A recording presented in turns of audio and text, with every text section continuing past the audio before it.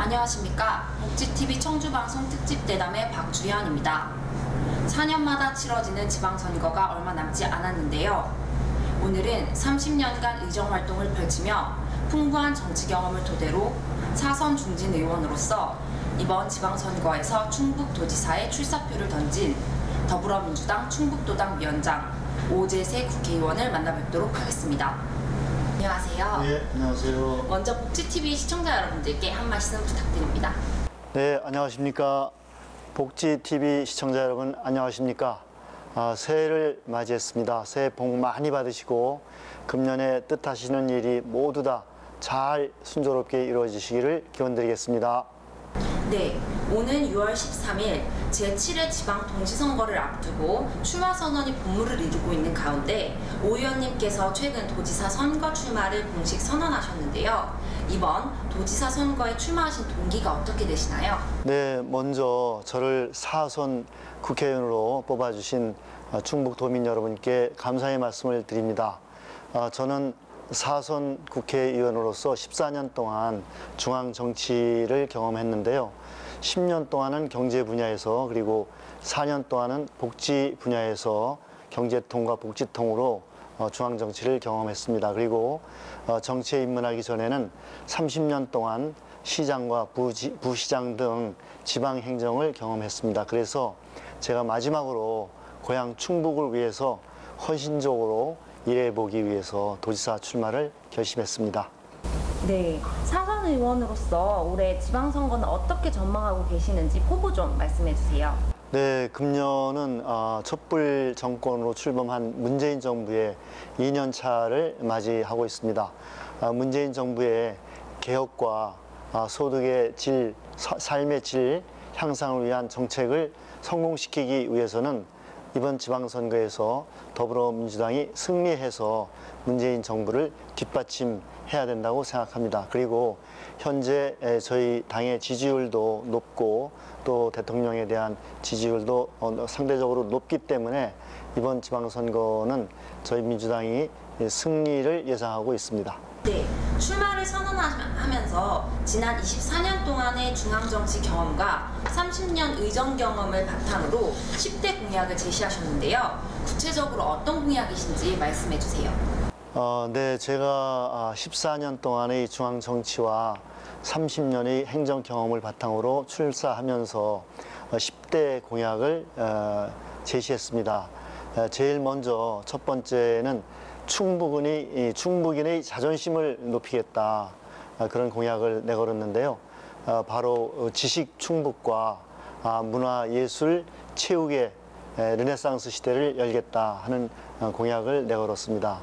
그래서 충북이 도서관이 전국에서 제일 잘 갖춰지고 활용되는 그런 도를 만들겠다 하는 공약과 그리고 각종 문화, 예술 시설이 충북이 지금 빈약하다고들 말씀하시기 때문에 종합적인 문화예술회관과 또 미술관, 음악당 등 문화예술을 위한 시설을 더 확충하겠다 하는 공약을 함께 했습니다. 그리고 체육시설도 저희가 국제 경기를 할 수 있는 육상 경기장도 갖춰져 있지 않기 때문에 국제 경기를 할 수 있는 종합 육상 경기장 등 종합적인 체육 컴플렉스도 설치하겠다 하는 것을 첫 번째 공약으로 내걸었고요. 둘째는 삶의 질이 최고인 충북을 만들겠다, 이런 공약을 했는데요. 삶의 질은 역시 소득과 주거 환경, 그리고 교육과 의료, 이 네 가지가 잘 갖춰지는 것이 삶의 질의 중요한 요소라고 생각합니다. 그래서 충북의 도민 소득을 증대시키고 일자리를 잘 마련해 드리면서 주거 환경이 가장 좋은 충북도, 그리고 교육도시로서의 충북의 면모를 더 일신해서 충북에 소재한 대학들이 수도권 대학에 못지않은 그런 대학으로 발전할 수 있도록 적극 지원을 하고요.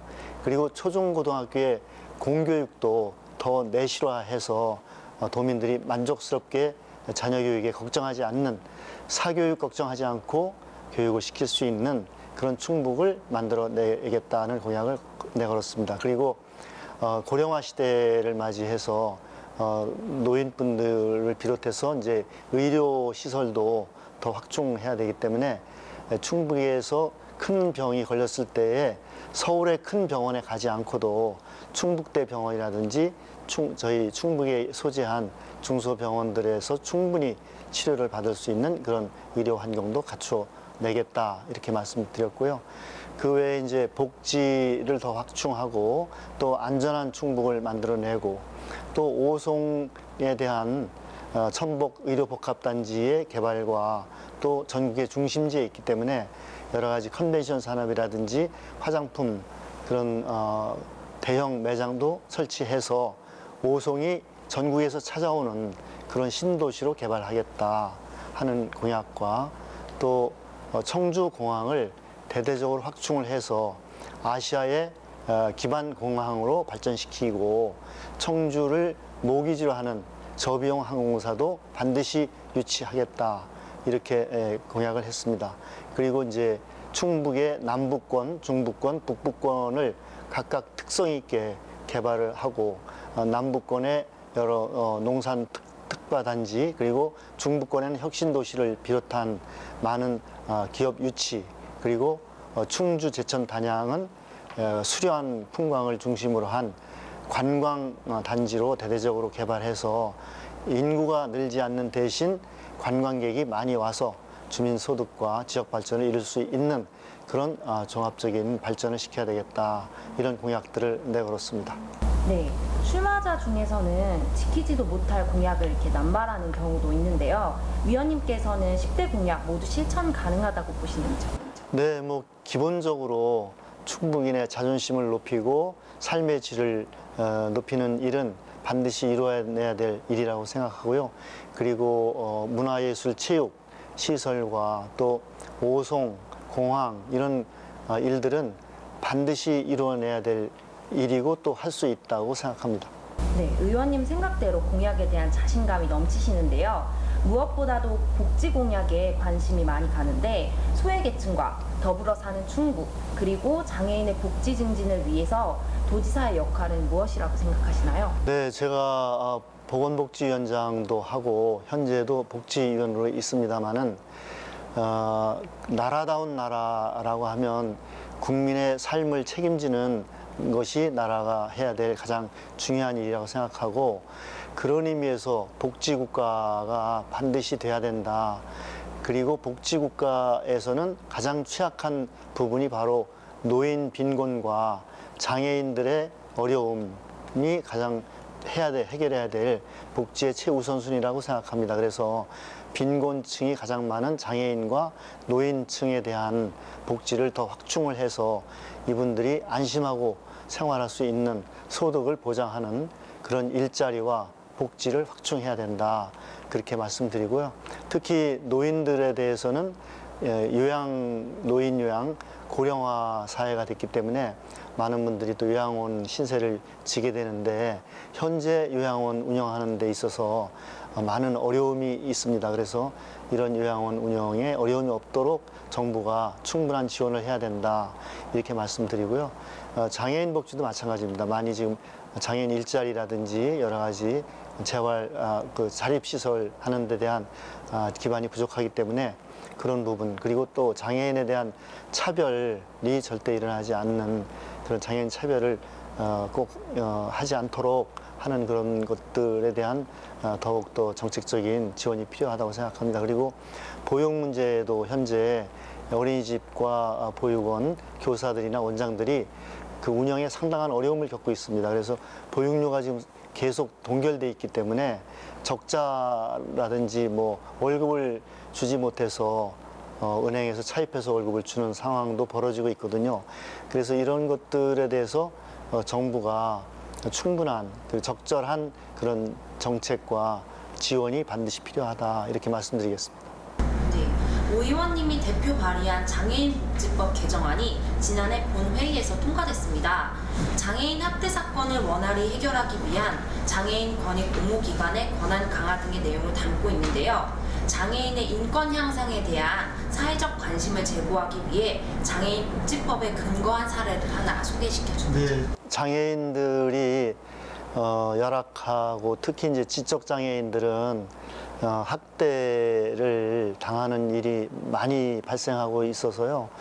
염전 사태라든지 또 여러 가지 또 그 무임금 노동 같은 또 이런 사례들, 학대 사례가 많이 있습니다. 그래서 이런 일이 발생했을 때 이런 학대 사례를 조사하는 장애인 인권기관에서 조사할 때 수사기관의 협조를 받을 수 있도록 하는 것이 이번에 법에 들어있고요.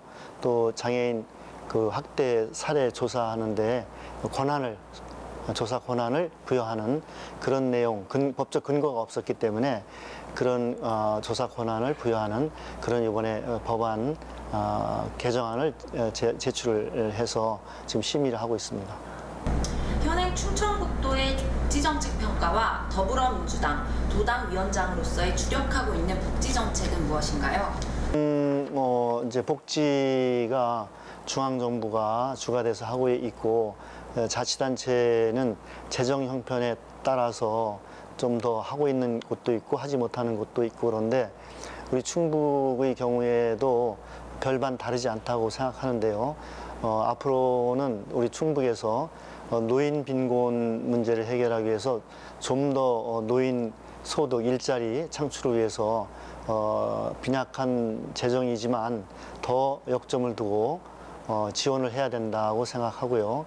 그리고 이제 노인 그 경로당에 대한 지금 활용도라든지 활성화라든지 하는 것들을 열심히 하고 있지만 그런 부분도 좀 더 경로당이 활성화될 수 있도록 지원을 해야 된다 이렇게 생각을 합니다. 그리고 노인분들의 그 요양에 따른 그 아까도 말씀드렸는데 거기에도 좀 지방정부에서 더 지원을 해서 편안하게 노후를 보낼 수 있는 요양기관의 그런 운영, 건전한 운영에 적절한 운영 지원도 필요하다고 생각합니다. 네, 복지위원회에서 위원장으로서 이뤄내신 성과가 여러 가지 있다고 하셨는데요. 재난적 의료비 지원법에 대해서 한번 소개해 주시죠.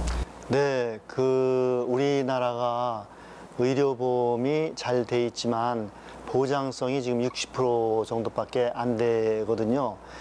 그래서 이제 40%는 본인이 부담하게 되는데 중병에 걸렸을 때 뭐 1,000만 원, 2,000만 원 또는 그 이상의 병에 걸렸을 때에 그 치료비 때문에 중산층에서 저소득 빈곤층으로 전락하는 경우를 재난적 그 환자, 의료비 환자라고 하거든요. 그런 일이 발생해서는 안 되겠다. 그래서 이번에 재난적 의료비 지원법안을 발의를 해서 누구도 그런 큰 병이 걸렸을 때에 그 의료비를 국가가 부담해서 의료비로 인해서 빈곤층으로 전락하지 않도록 하는 법을 이번에 발의해서 통과됐습니다. 네, 그러면 다음에 신해철법 환자안전법이라는 특이한 이름의 법이 있어요. 이것도 한번 설명해 주시죠. 네, 우리나라가 의료 사고가 종종 일어나는데 사실은 거기에 대한 정확한 통계가 없습니다. 얼마나 병원에서 의료 사고가 일어나는지 잘 모르고 또 지난번 사례로 봐서는 병원에서 정맥에 주사를 놔야 될 것을 척추에 주사를 놔서 종현이라는 어린이가 사망하는 그런 사건이 있었습니다. 그래서 이런 법도 신해철 그것도 의료사고가 발생을 해서 일명 신해철법이라고도 하고 종현이법이라고도 하는데 제가 환자안전법을 만들었는데요. 그거는 이제 의료사고가 났을 때에 다시 똑같은 사고가 발생하지 않도록 하기 위해서 그 사고가 나면 그것을 보고를 하고 그리고 그 사고에 대해서 그런 사례에 대해서 반드시 교육을 해서 같은 사고가 발생하지 않도록 그러한 체계를 도입하는 그런 법안이 환자안전법입니다. 정말 중요한 법인 것 같은데요. 네. 다음으로는 의료분쟁조정법이라는 법이 있는데 그것에 대해서도 한 말씀 부탁드립니다.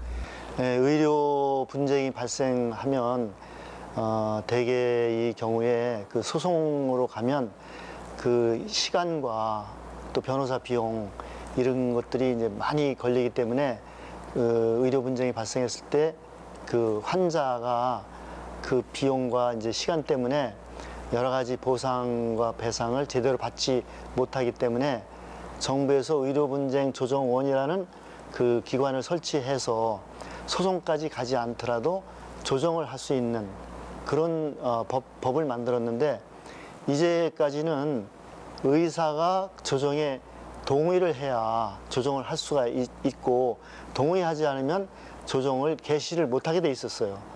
그래서 제가 이번에 중대한 의료사고, 사망을 하거나 또는 굉장한 중증 그런 경우에는 의사가 동의하지 않더라도 자동적으로 분쟁 조정을 할 수 있는 그런 법을 이번에 개정을 해서 앞으로 좀 더 쉽게 의료 분쟁을 받을 수 있도록 그렇게 했는데, 그런 다음에 의료 분쟁 조정원의 그 분쟁 조정 건수가 대폭 늘어났습니다. 그래서 아주 유효한 그런 성과를 냈다고 말씀드릴 수 있습니다.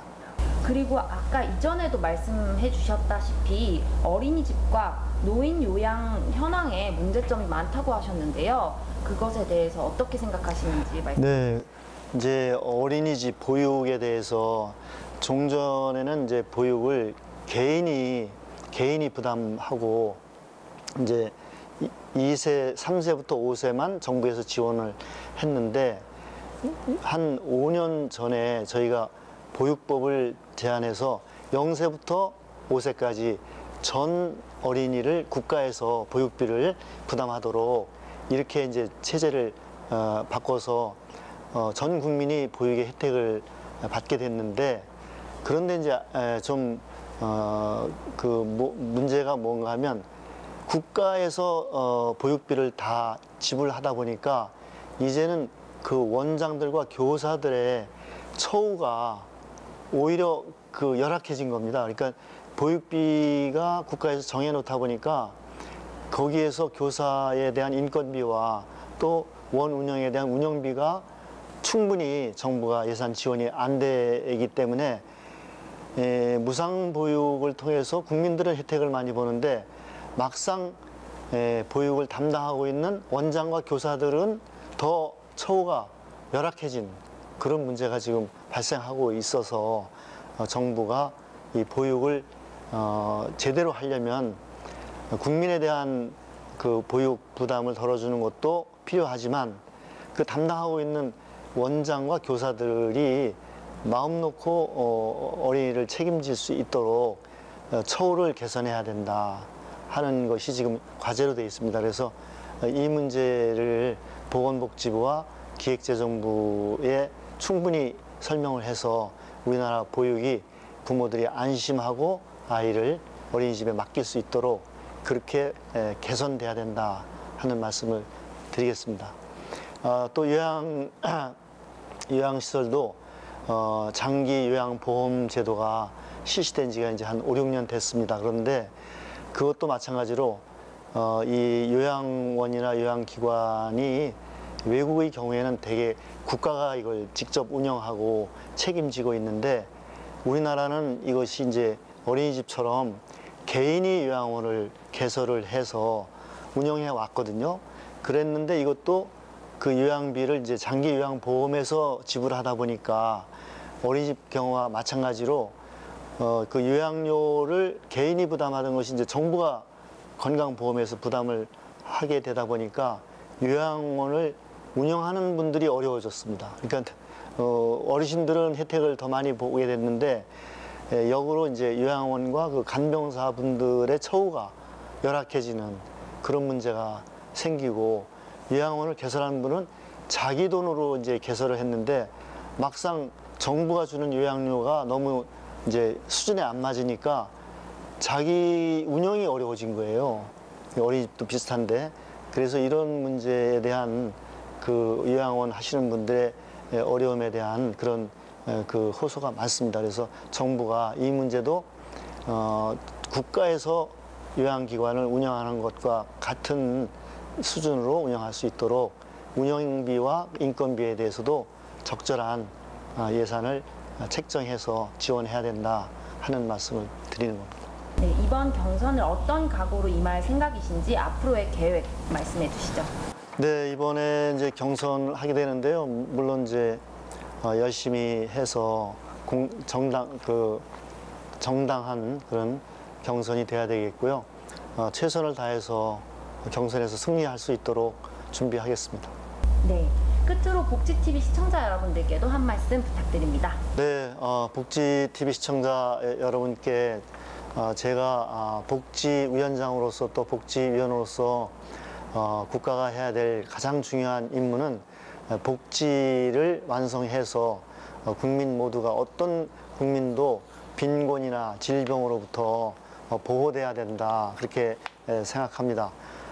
이 복지위원장의 경험을 바탕으로 해서 대한민국의 복지국가 그리고 충청북도가 어느 자치단체보다도 복지에 있어서 가장 앞서가는 충북이 될 수 있도록 최선을 다하겠습니다.